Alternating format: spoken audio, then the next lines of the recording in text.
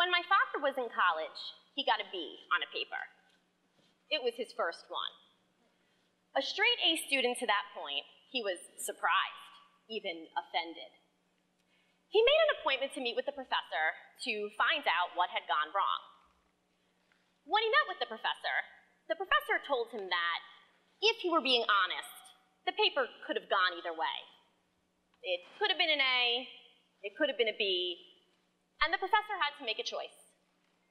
He rounded down. My father was angry. He thought about that explanation the entire ride home, and he told me that by the time he got home, he was furious, but no longer with the professor. Rather, he was furious with himself. As the story goes, he vowed to never again give anyone a choice about what to think of him. It was always at this point in the story that my father, a master communicator, a speechwriter by profession, and a storyteller by nature, told me what I will now tell you. Don't give people a choice. Don't give people the option to think that you can go either way. There should never be a choice to be made or a decision to be weighed when it comes to what people think of you. We control so little in this life. For many of you, you're young enough that perhaps you've heard this, but you don't yet believe it. You don't yet feel it. But ultimately, when it comes down to it, we control nothing but ourselves. There's an odd terror in thinking too much about this, for the illusion of control is what keeps us from feeling like walking victims, vulnerable to the vagaries of destiny, beings upon whom fate can pounce at any moment.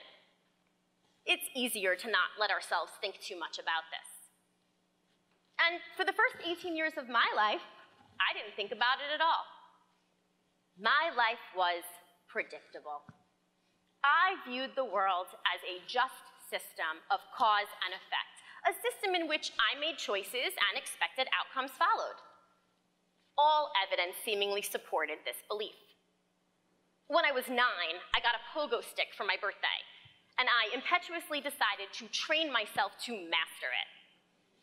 I spent an entire August Sunday at the foot of my driveway, jumping and sweating and falling, my hands cramped from gripping the handlebars, my knees rubbed red from knocking against the hot metal of the pogo stick. But 6 hours later, I could pogo to 100 without falling. I still can. The pogo stick experience was brief and mostly insignificant, except for the fact that it was the type of experience that reaffirmed my belief in a logical and willing universe. Like so many of you, I believed my life was entirely within my control. But I was swiftly educated in the final gray weeks of 1999, when my father was diagnosed with, treated for, but ultimately succumbed to testicular cancer. He passed away on December 5th, 1999. He was 48. I was 18.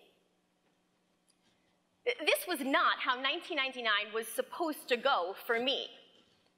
As a matter of fact, I had spent much of my life waiting for 1999.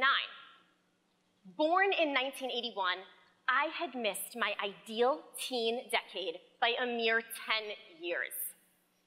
As a child, I loved the neon greens, pinks, and yellows that splattered 80s clothes. I loved slouch socks and scrunchies and sparkly sweatshirts, trends that by the time I became a teen in the 90s had been very much replaced by things like baby doll tees, not a good look on me or anyone really, choker necklaces that I found suffocating, and the tragically misguided mistake that was brown lipstick. I wanted Michael Jackson, and I got Kurt Cobain. But 1999 was bound to make up for all this. Slated to graduate my alma mater, G.W. Hewlett High School, as the last graduating class of the century, I, always a sucker for a good metaphor, saw my entire life as an arc of rising action, and its climax was so evidently 1999. I was called by its siren song as 1999 beckons off in the distance as what was sure to be a banner year. And it was. I got a car, graduated high school, left for college, and prepared for the artist formerly known as Prince to make good on his promise that come December, we were all finally going to learn what the hell it meant to party like it was 1999. My father's death shattered 18 years of anticipation. With only 3 weeks left to the New Year's Eve I had so long awaited, the idea of partying like it was 1999 now seems like a twisted punchline to an ironic joke that I didn't find very funny. My father's death left a silence in my life. His voice was gone. As I mentioned earlier, my father was a speaker, a storyteller, but he was more than that. He was a creator. Born into very little, he created so very much. He created a marriage that others envied, and he spent that marriage telling his wife, my mother, that she was the most beautiful woman he had ever seen. And he meant it. Incredibly literate and extensively well-read, he created a career in which he advised the Secretary General of the United Nations. Out of fierce disagreement and political dissension, he created compromise. Not all of his creations were so highbrow, though. I mean, this was also a man who made my entire extended family get down on our knees in a prayer circle in January of 1991, just as the Buffalo Bills' last-second missed field goal led to a Super Bowl victory for his beloved New York Giants. He created a family of Giants fans, and I'm pretty sure that on some level, he thought he had a hand in creating that Super Bowl victory. It was only after he had been gone for years that I had the distance and clarity to draw a few conclusions about the process of deep grief. In this process, I discovered a bizarre paradox of creation. My father, obviously, was gone. Frustratingly, inconceivably, devastatingly gone. And because he was so gone, because the absence was so final, the only way that I could find to cope was to become a creator myself. I recreated my father. Without even realizing I was doing it, I imagined him into every present scenario, extrapolating what he would have said or would have done based on my mental Rolodex of memories. His words of advice became cemented, etched, heard only in my head. They became the voice of my conscience, but they bore the weight of the words of God. In life, our parents are annoying, overbearing, their advice mostly unsolicited, and, let's be honest, undervalued. But once death deprives us of our easy access to them, demand skyrockets.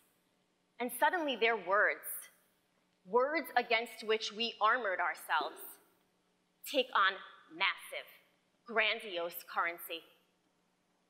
It is his story about his bee that, for me, isn't about a grade at all.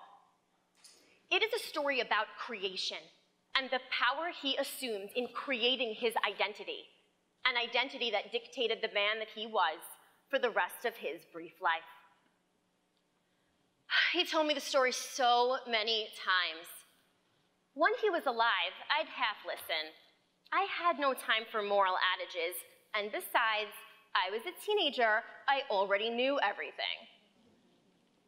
But now, having lived 20 more years since his death, even though I'm a teacher, a wife, and a mother, I can't stop hearing his voice. In his death, I hear his voice whenever I feel like taking a shortcut. Don't give them a choice. Whenever I feel like giving up, don't give them a choice. Whenever I feel tempted, and it is so tempting, to compromise myself, don't give them a choice. I'm faced with these moments constantly. When I'm overpaid by a client who probably won't notice the extra $10. When I'm down to the last 15 or 20 in a stack of over 100 essays to grade, and I can probably just get away with skimming them. When I'm with a group of people I don't know well, and everyone laughs along to a joke that I find degrading. When my rights are not threatened, and I can be comfortable in, protected by, or benefit from my silence. These situations are not unique to me. These are our situations, our scenarios, scenarios in which instead of seeing ourselves as powerless, we can see ourselves as powerful. We can see ourselves as my Father saw himself, as creators of an identity that may cost us a few followers, but will reward us with a fulfilling sense of control in and over ourselves. Today, in the world my Father never got to see, there is very little that isn't a fabrication, very little that feels authentic. Our selves are entirely malleable, filterable, and brandable. Any Instagram story can tell you that. But the type of creating I'm talking about is not that which comes from contouring or cropping. The type of creating I'm talking about happens when you are alone, faced with decisions which ask you to confront yourself. Who are you? Who do you choose to be? Not in a feed, not in a story, not in the fictional digital world that runs concurrent to our actual one, but in the dirty mess of real life where you are faced with impossible decisions, and all you have to help you navigate those decisions is who and what you are. That bee was my Father's first. He decided it would be his last. Today can be the day that you too decide to seize the control that this world offers you, the control to be a person who never gives other people a choice, who pushes themselves to do the right thing, even when it's difficult, even when it's impossible, who knows the value in being kinder than necessary or being firm in what you believe is right, even though you stand terrifyingly alone in that belief. The person who never lets other people determine who they think you are, because when it comes to who you are, there is no decision to be made. You haven't given them a choice. It is my hope that you can find the clarity of conviction, the strength of mind, and the confidence in yourself to be that person who never, ever gives other people a choice. And perhaps in doing so, you will be able to spend at least part of your life partying, like it is that mythical 1999. Thank you.